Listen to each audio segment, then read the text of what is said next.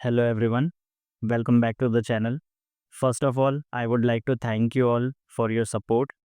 Today we have completed 100 subscribers. ये channel start करने का सोल पर्पस वीडियोस को सेव करके रखना था ताकि आगे जाके अगर ऑफिस में किसी को कुछ समझना हो तो बस एक लिंक सेंड कर सकूं कि मैं ऐसे काम करता हूं। आप ये वीडियो देख के मेरे काम करने का पैटर्न समझ सकते हो। But you all are showing so much love and I am very grateful for that. Thank you. चलिए स्टार्ट करते हैं आज का topic, tax deducted at source. What is TDS? TDS क्या है? तो टीडीएस का फुल फॉर्म है टैक्स डिडक्टेड एट सोर्स। इसका मतलब है अगर आपको कोई पेमेंट मिलती है जैसे सैलरी, बैंक इंटरेस्ट या प्रोफेशनल फ़ी, तो पेमेंट देने वाला आपके पैसे का एक छोटा सा हिस्सा पहले से ही डिडक्ट करके गवर्नमेंट को जमा करा देता है। ये एक तरह का एडवांस टैक्स होता है। एक एग्जाम्पल से समझते हैं। मान लीजिए आप एक एम्प्लॉयर हैं और मैं आपका एम्प्लॉई। आप मुझे हर महीने 2 लाख रुपए की सैलरी देते हैं। अब क्योंकि सैलरी का अमाउंट 2 लाख रुपए है, तो ईयर के एंड में टैक्स तो देना पड़ेगा सैलरी पर। तो गवर्नमेंट क्या कहती है, गवर्नमेंट को ऐसा लगता है कि लास्ट में किसी भी रीज़न की वजह से अगर ये आदमी हमें टैक्स नहीं दे पाया, तो हमारा तो नुकसान हो जाएगा। तो गवर्नमेंट कहती है इससे पहले ही टैक्स कलेक्ट कर लेते हैं। बात के लिए कुछ नहीं छोड़ते, इससे पहले ही टैक्स कलेक्ट कर लेते हैं। तो वो एम्प्लॉयर को यानी कि आपको क्या इंस्ट्रक्ट करती है कि आप एक काम करो, आप जो शुभम को 2 लाख रुपए सैलरी दे रहे हो और मान लो कि उसका रेट 10% है, तो आप 2 लाख का 10% 20,000 रुपये काट के गवर्नमेंट को डिपॉजिट करा दोगे और मेरे अकाउंट में 1,80,000 रुपये भेज दोगे। तो ये जो 20,000 रुपये का जो पोर्शन है, जो कि मेरी सैलरी में से कट गया है, इसी को टीडीएस कहा जाता है। की persons involved in TDS. 2 person हैं जो कि बहुत एक मेजर रोल प्ले करते हैं, जिनके विदाउट टीडीएस पॉसिबल नहीं है। एक है डिडक्टर और दूसरा है डिडक्टी। अब डिडक्टर कौन होता है? The person organisation responsible for deducting tax before making payment. Example employer client company. जो इंसान टैक्स डिडक्ट करने के लिए रिस्पॉन्सिबल है उसको डिडक्टर कहा जाता है।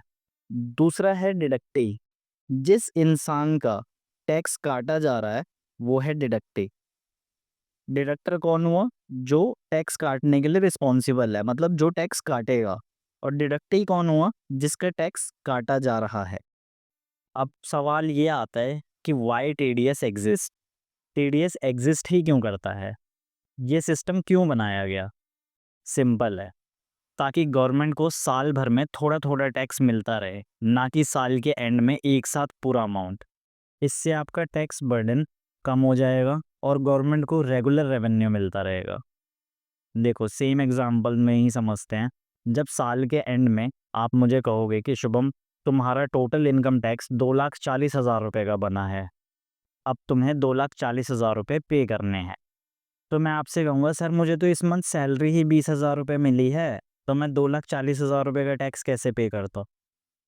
तो आप कहोगे कि नहीं शुभम, 2,40,000 रुपये तुम्हें इस महीने पे नहीं करने, क्योंकि मैंने तुम्हारा 20,000 रुपये हर महीने का टीडीएस जमा कराया था। तुम्हारा ईयर एंड पे अभी कोई भी लाइबिलिटी नहीं है, तुम्हारा सारा टैक्स ऑलरेडी पे हो चुका है। तो ये बेनिफिट है टीडीएस का। इससे गवर्नमेंट को टाइम टू टाइम पेमेंट भी मिलती रहती है, उसको साल के एंड होने का वेट नहीं करना पड़ता और टैक्स पेयर पे साल के एंड में बर्डन नहीं होता। अच्छा, ये टीडीएस वर्क कैसे करता है? इसको हम एक रेंट के एग्जांपल से समझते हैं।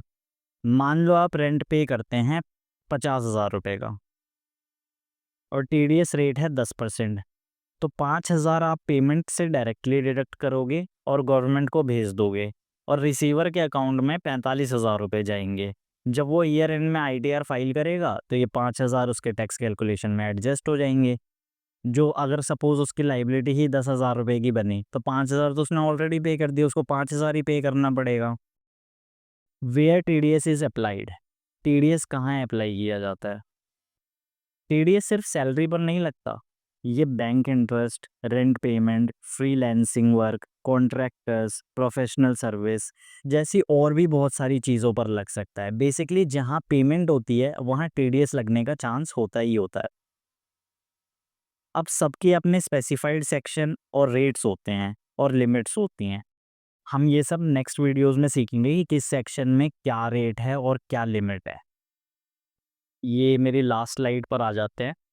एक लास्ट एग्जांपल और लेते हैं। सपोज आपका ईयर एंड पर टैक्स बना 2 लाख रुपए का, और आप ऑलरेडी टीडीएस आपका कट चुका है 2,50,000 रुपये का। आप कहोगे कि शुभम ये तो गलत है, जब मेरा टैक्स ही 2 लाख रुपए का बना है और मैं टैक्स 2,50,000 रुपये जमा करवा चुका हूँ, तो अब बाकी का 50,000 रुपये तो मैंने एक्स्ट्रा करा दिया, इसका मैं क्या करूँ?